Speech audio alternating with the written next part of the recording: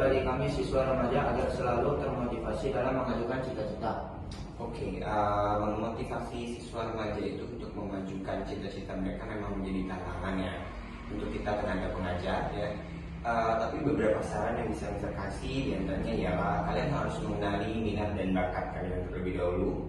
Ya itu dengan cara ya kalian mengidentifikasi dulu minat dan bakatnya itu dari apa saja yang ada dalam diri kalian. Kemudian kita dorong juga untuk mengeksplorasi ya dengan misalnya berbagai kegiatan, terutama kalau misalnya di dalam English course ini sendiri kita lihat minat kemampuan belajar bahasa Inggrisnya itu sampai di mana. Kemudian kita gali lagi dan kita coba untuk kembangkan. Kemudian kita tetapkan tujuan yang jelas untuk mereka supaya mereka lebih termotivasi. Kalau mereka punya tujuan jelas, misalnya suatu saat mereka ingin jadi pilot nih contohnya ya, maka mereka harus punya English yang bagus, good command in English. Itu misalnya salah satu tujuannya. Jadi terukur dan dapat dicapai ya, sehingga mereka lebih termotivasi lagi. Kemudian kita juga beri inspirasi dan teladan, misalnya contohnya dengan kalau sekarang sudah lebih canggih ya, misalnya mereka bisa melihat panutan-panutan mereka, baik itu yang bersifat nasional atau internasional, tidak ada masalah. Nah dari situ mereka juga pasti nanti akan termotivasi. Karena apa? Karena mungkin mereka ingin menjadi somebody yang seperti idola mereka. Kemudian bisa juga kita ciptakan lingkungan yang positif, misalnya seperti di DND ini kita buat tema-tema yang mendukung untuk mereka lebih termotivasi. Misalnya kita nggak melulu hanya belajar di kelas, tapi bisa juga kita laksanakan outdoor class. Misalnya kita belajar di ruangan kelas, kita belajar di cafe. Kemudian bisa juga nanti kita buat kelas movie misalnya sambil menonton movie ya, sehingga mereka termotivasi, jadi nggak melulu hanya belajar grammar di kelas dan hanya stuck di dalam kelas itu saja. Kemudian yang terakhir ya pasti kita beri dukungan dan bimbingan ya, itu adalah salah satu motivasi yang baik dari tenaga pengajar. Saya kira itu saja. Lanjut pertanyaan kedua, Mister. Baik. Bagaimana cara Mister mengukur kemajuan siswa? Mengukur kemajuan siswa itu kita nilai dari kecakapannya nanti ya. Misalnya tentu dari yang paling utama itu kita akan adakan tes dan ujian. Melalui tes dan ujian tentu kita tahu nanti dari sebatas mana kemampuan siswanya. Tapi tidak hanya melalui tes dan ujian saja, kita bisa kembangkan melalui misalnya penilaian berbasis project. For example, kalau di UDND kita bisa kasih mereka tugas misalnya membuat sebuah project, bikin daily vlog seperti itu ya, membuat video tentang keseharian mereka, their daily routine seperti itu. Kemudian nanti dari situ kita bisa lihat, kita bisa nilai dia. Kemudian penilaian kinerja. Kalau tadi ada penilaian project, sekarang ada penilaian kinerja, yaitu dengan misalnya kita memberikan mereka sebenarnya bukan homework, tapi lebih ke exercise atau latihan-latihan. Kalau di UDND sepertinya itu di antara beberapa cara untuk kita laksanakan ya. Kemudian kita buat juga observasi. Ya, observasi ini tentu dilaksanakan oleh guru, tenaga pengajarnya, oleh tutor sendiri. Siswa-siswa kita akan kita observe, kita lihat day by day-nya ya, daily activity-nya seperti apa, terutama saat mereka berada di kelas. Selain itu juga kita buat rubrik penilaian, ya, itu misalnya kita minta siswa untuk dibuatkan suatu evaluasi terperinci, itu juga salah satu caranya. Dan satu lagi untuk menilai kecakapannya bisa melalui kuesioner dan survei. Kita bisa buat juga kuesioner dan survei. Dan yang terakhir mungkin melalui kualitatif feedback, yaitu umpan balik. Assalamualaikum warahmatullahi wabarakatuh. Waalaikumsalam. Maaf sebelumnya Pak, ada 2 poin yang ingin saya tanyakan. Yang pertama, apa filosofi bimbingan belajar Bapak? Silakan jawab.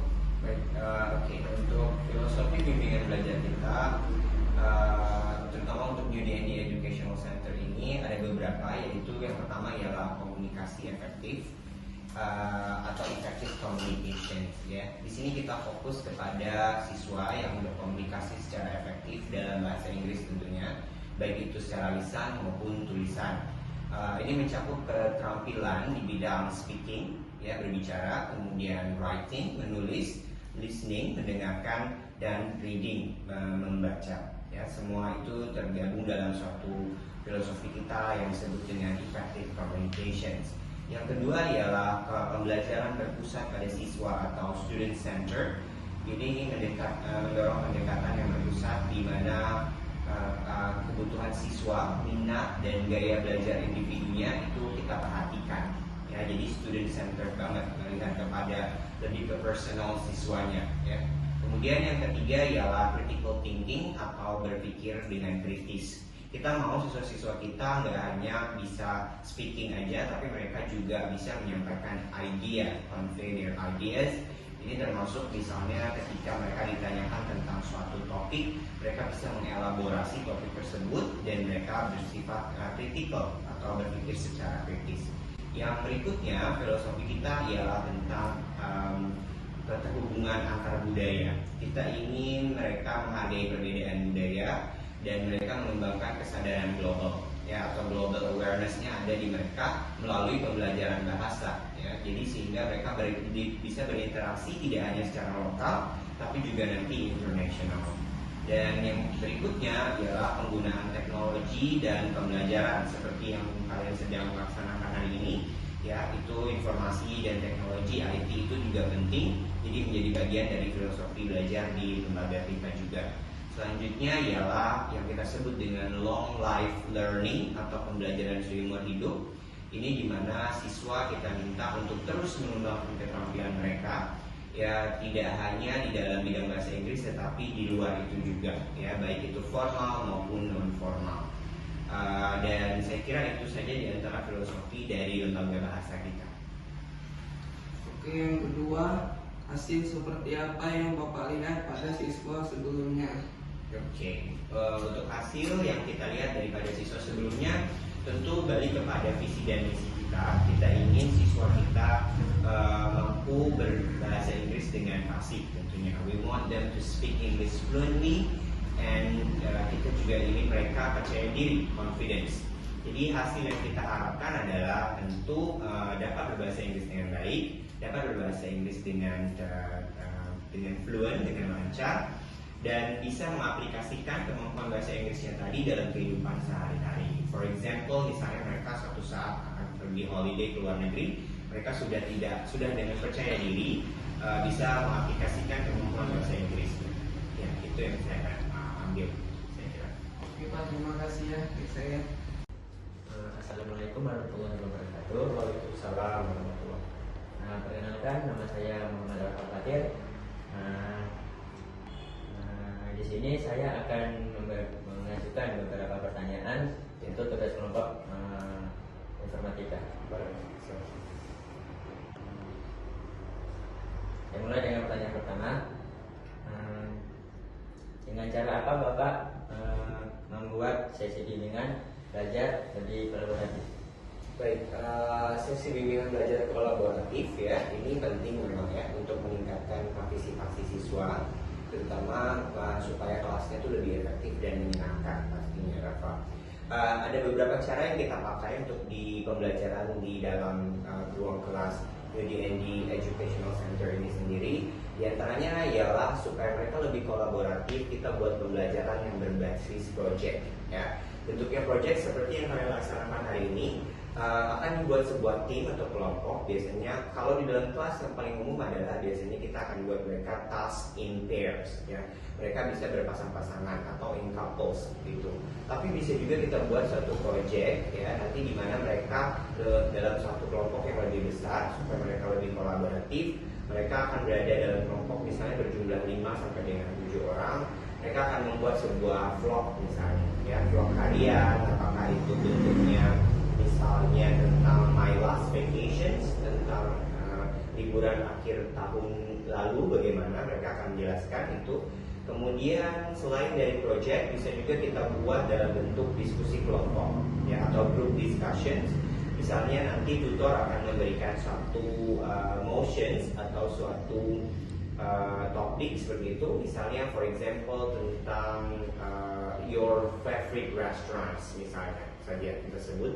Nanti mereka dalam satu kelompok akan jelaskan restoran apa dan bagaimana gitu ya. Jadi tugasnya dalam bentuk kelompok. Kemudian berikutnya ialah permainan pendidikan, bisa juga banyak kita gunakan di sini, dan tentu bentuknya adalah dalam sebuah tim supaya mereka lebih kolaboratif dan mereka lebih partisipatif tentunya. Contohnya gamesnya misalnya kita buat dalam sebuah grup seperti itu, kemudian mereka mungkin akan menyusun kata untuk kelas-kelas beginner, biasanya kelas yang levelnya lebih rendah, mereka akan bergabung dan akan susun kata misalnya untuk adik-adik yang di kelas beginner. Sementara untuk mereka yang di kelas lebih tinggi, bisa kita kasih suatu topik, kemudian mereka akan bahas dan mereka akan lebih elaboratif seperti itu. Itu adalah beberapa langkah yang kita ambil untuk menyiapkan atau mempersiapkan kelas yang lebih kolaboratif. Demikian Bapak. Selanjutnya saya lanjut ke pertanyaan kedua ya. Ya, boleh. Apa tugas terberat Bapak menjadi guru les? Oke, saya kira sama-sama juga dengan tugas-tugas guru-guru lainnya. Tapi bedanya itu di tempat les nggak sama seperti di sekolah mungkin ya, karena jumlah siswa kita juga kan nggak seperti di dalam kelas gitu. Jadi mungkin tugasnya yang terberat adalah pertama memastikan siswa itu mendapatkan capaian yang diinginkan oleh lembaga terlebih dahulu, yaitu supaya mereka dapat topik yang let's say misalnya untuk per kelas hari ini mereka sudah bisa menghafal beberapa kosakata gitu, dan itu menjadi tugas terberat karena tidak semua siswa memiliki kemampuan akademik dan kemampuan critical thinking yang sama dari setiap siswa, jadi bisa berbeda-beda. Nah di situ menjadi tantangannya. Kemudian selain daripada itu, mungkin karena ini sifatnya lembaga kursus seperti ini ya, les itu dia tidak seperti sekolah yang lebih formal, namun sifatnya sepertinya lebih informal. Jadi siswa kita buat sebenarnya lebih rileks. Cuma at the same time di waktu yang sama, ketika mereka lebih rileks, mereka akan cenderung lebih santai seperti itu ya, karena dari katanya aja rileks. Assalamualaikum warahmatullahi. Waalaikumsalam. Selamat pagi, Mister. Selamat pagi. Di sini bersama saya Rasya, Mister, ingin mengajukan 2 pertanyaan. Semua pertanyaannya boleh, Mister? Boleh, silakan. Oke, baik, Mister. Untuk pertanyaan yang pertama, saya ingin menanyakan dengan berdirinya tempat les ini pada tahun berapa, Mister? Oke, kalau melihat sejarah New DND itu sebenarnya kita harus melihat sejarah DND dulu ya. DND itu sudah lama terbentuk, dia sudah berdiri dari tahun 2008 sebenarnya. Kemudian untuk New DND sendiri itu adalah konsep baru dari DND, tapi tetap sama, itu mengambil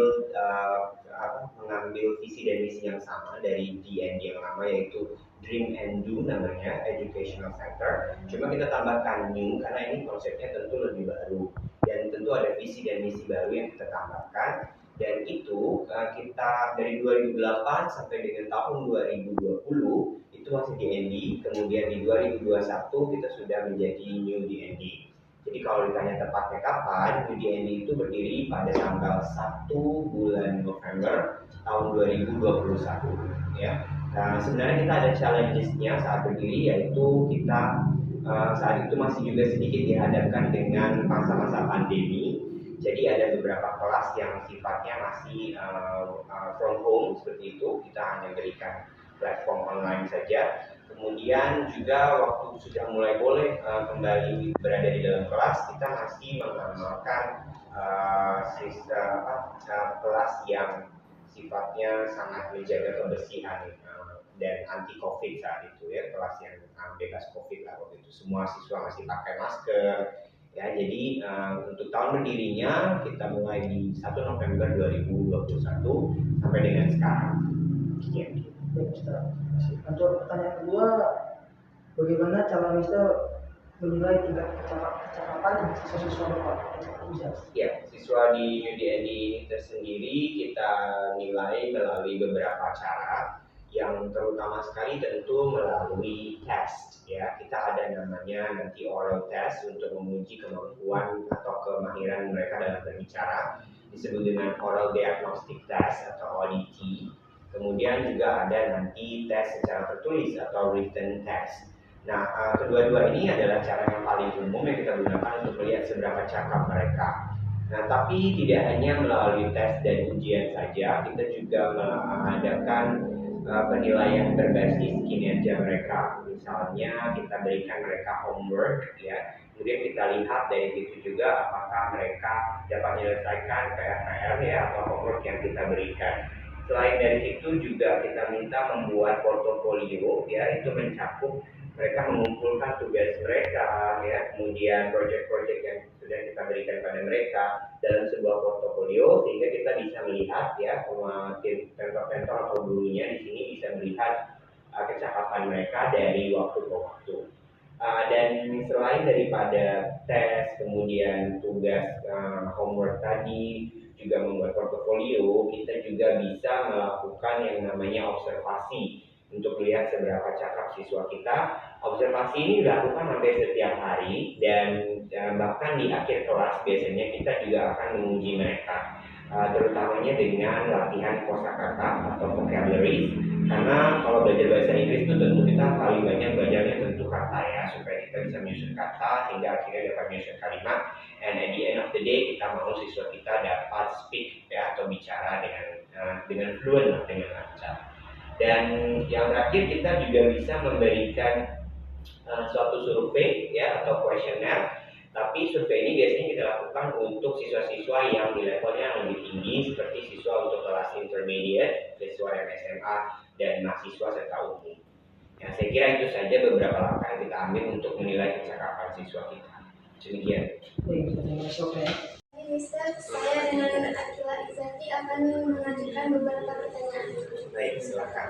Berapa keseluruhan siswa yang ada di tes ini? Oke, untuk lembaga UDND sendiri, jumlah siswa kita buka 2 kelas, ya, terutamanya.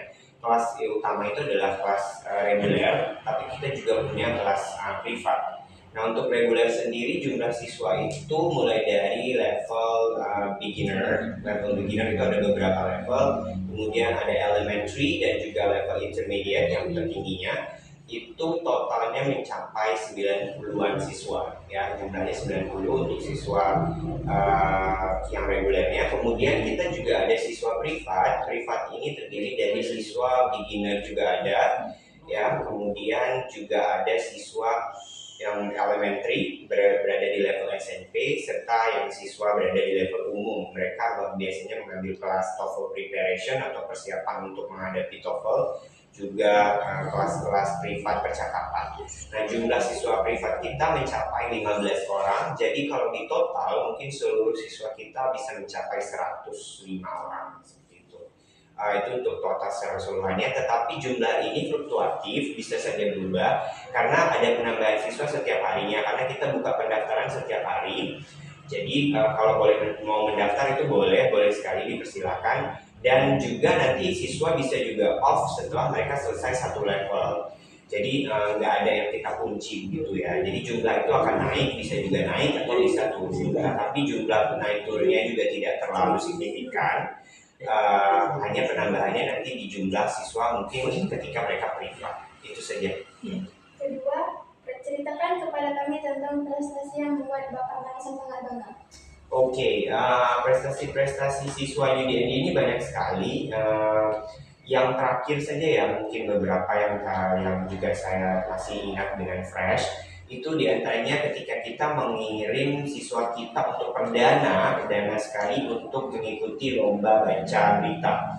Ya, tapi tentu dalam English mereka menjadi news anchor, disebutnya lomba baca berita. Itu tingkat SMA dan kita usulkan dari UDND 2 orang, dan yang karena ini perdana banget, and thanks God bagus sekali kita dapat juara 3. Memang saat itu masih dapat juara 3 untuk perlombaan yang dilaksanakan oleh Universitas Samudra Bangsa dari Fakultas Pendidikan Bahasa Inggris saat itu.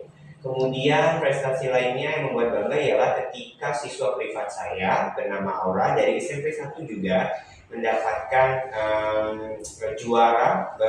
Saya kira bukan hanya 1-2 kali dia mendapatkan juara, tapi sudah menyabet begitu banyak medali, ya, di antaranya seperti medali perak. Kemudian yang terakhir kemarin dapat medali emas juga dari olimpiade-olimpiade, baik itu olimpiade yang bersifat offline maupun online.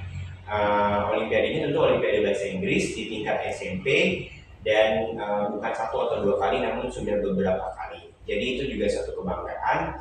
Dan yang terakhir juga barusan kita dapat itu dari siswi SMP juga tingkat SMP, asal sekolahnya dari SMA SMP Muhammadiyah. Itu juga siswa di New DND kelas intermediate, dia mendapatkan prestasi dengan meraih medali emas di dalam Olimpiade Bahasa Inggris juga. Jadi itu adalah di antara beberapa yang membuat New DND sangat bangga dengan pencapaian siswanya. Itu saja Kila, terima kasih. Terima kasih, Ustaz. Saya ingin mengajukan 2 pertanyaan. Boleh, silakan. Ya. Berapa bayaran per bulan bagi siswa yang belajar di sini? Oke, untuk biaya, DND ini termasuk lembaga yang affordable ya untuk biaya lesnya. Dan kita biasanya charge untuk per bulan. Untuk kelas reguler dan privat tentu berbeda. Kelas regulernya itu kita charge mulai dari level beginner, itu kita mulai dari harga 130.000 aja untuk 2 kali pertemuan. Which is very affordable, tentu sangat murah ya kalau dihitung. Dan untuk jadwal 3 kali seminggunya mereka kita charge 180.000. Itu untuk kelas yang siswa-siswa SD. Untuk siswa SMP kenaikannya hanya 10.000 aja bedanya. Jadi kalau tadi SD 130 2 kali seminggu, SMP hanya 140.000 aja. Dan untuk SMA 150.000 untuk 2 kali seminggu. Nah untuk kelas 3 kali seminggunya itu maksimal di biaya 200.000 per bulan. 3 kali seminggu itu biasanya jadwalnya kita buat 2 sesi. Ada sesi yang Senin, Rabu, dan Jumat, atau sesi yang Selasa, Kamis, dan Sabtu. Nah untuk durasi meetingnya itu kita maksimalkan di 90 menit. Jadi nggak hanya 1 jam tapi malah 1 jam setengah ya. Jadi saya kira cukup affordable, cukup dan sangat dapat dijangkau, dan mungkin dalam kategori langsa mungkin bisa dihitung murah untuk kelas reguler kita. Kemudian kita juga ada kelas-kelas yang di atas kelas reguler disebut dengan reguler ekstra. Itu diantaranya Najwa seperti kelas Grammar 1, ada Grammar 2, kemudian ada TOEFL Preparation. Namun karena TOEFL Preparation dan kelas Grammar ini minatnya mungkin tidak terlalu sama dengan kelas reguler, banyaknya kita ambil secara privat sehingga biayanya tentu kita charge biaya privat. Untuk privat sendiri itu kita charge 8 kali pertemuan dengan biaya 800.000 minimumnya. Nah, dan 12 kali pertemuan dengan biaya 1.200.000. Itu untuk biaya kelas privatnya. Privat sendiri beda karena dia eksklusif. Siswa bisa datang, tutor maksud kami bisa datang ke rumah langsung, atau siswa juga boleh pilih untuk belajar di lembaga. Itu untuk range ya, untuk range harga bayaran di biaya kursus di lembaga UDN. Dengan poin kedua, apa rencana jangka pendek dan jangka panjang dalam perkembangan bimbingan belajar?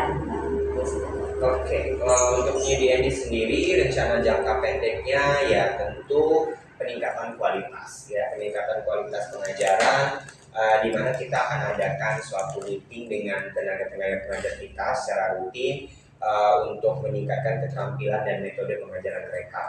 Bahkan mungkin dalam 1 bulan sekali Mister akan adakan yang namanya micro teaching untuk guru-guru, dan kemudian mereka juga akan kita latih ya tentang penambahan bagaimana cara menciptakan kelas yang lebih cheerful, lebih menyenangkan seperti itu. Kemudian selain dari pengadaan pelatihan guru tadi untuk peningkatan kualitas mengajar, kita juga mengadakan pengembangan materi pembelajaran ya, materi pembelajaran misalnya melalui kalau sebelumnya ini pembelajarannya hanya melalui kertas-kertas seperti itu dari handouts yang kita berikan, mungkin sekarang sudah lebih menggunakan mungkin PowerPoint ya, kemudian juga kita gunakan media ajar yang bersifat fisik lainnya ya, kemudian juga bisa melalui digital ya, dan bahkan melalui pembelajaran video ya atau video lesson seperti itu, supaya pembelajarannya lebih praktikal dan siswanya lebih interaktif lah seperti itu. Nah untuk jangka panjangnya kita susun diantaranya yaitu tentu pengembangan infrastruktur ya, karena di ND ini saat ini Najwa sudah memiliki 4 ruang kelas ya, tapi tentu kita tidak merasa cukup sampai di situ. Kita ingin saat ini dia terdiri dari 2 lantai gedungnya. Kita ingin di lantai 3 itu nanti ada satu tempat yang disebut dengan outdoor place. Nah, di situ nanti bisa siswa-siswa belajar secara outdoor. Kita buat tempat yang lebih nyaman supaya mereka bisa belajar secara outdoor di situ. Jadi pengembangan infrastruktur secara gedung, kemudian pengembangan infrastruktur secara fasilitas belajar. Di antaranya seperti misalnya kita menginginkan semua kelas nanti sudah menggunakan proyektor, ya, sehingga pembelajaran digital sudah lebih mumpuni gitu. Kemudian kita ingin juga setiap kelas memiliki tablet sehingga tutornya mengajar sudah dengan menggunakan tablet. Tapi ini jangka panjang ya ceritanya. Kemudian tentu penyusunan akademik yang baru, program akademik dan pembelajaran, serta kita mempraktekkan cara-cara pembelajaran yang bersifat internasional. Kemudian tidak menutup kemungkinan GND juga ingin bekerja sama dengan organisasi-organisasi kebahasaan yang lainnya misalnya, atau bahkan menjalin hubungan kerjasama dengan lembaga-lembaga yang sudah bersifat nasional atau mungkin bahkan internasional, baik itu mungkin secara offline ataupun secara online. Itu adalah beberapa rencana yang tersusun dalam bentuk jangka panjang dan jangka pendek dari lembaga kita. Demikian saja. Terima kasih Lisa atas kerjasamanya. Kami dari kelompok 2 sekian. Terima kasih. Bye.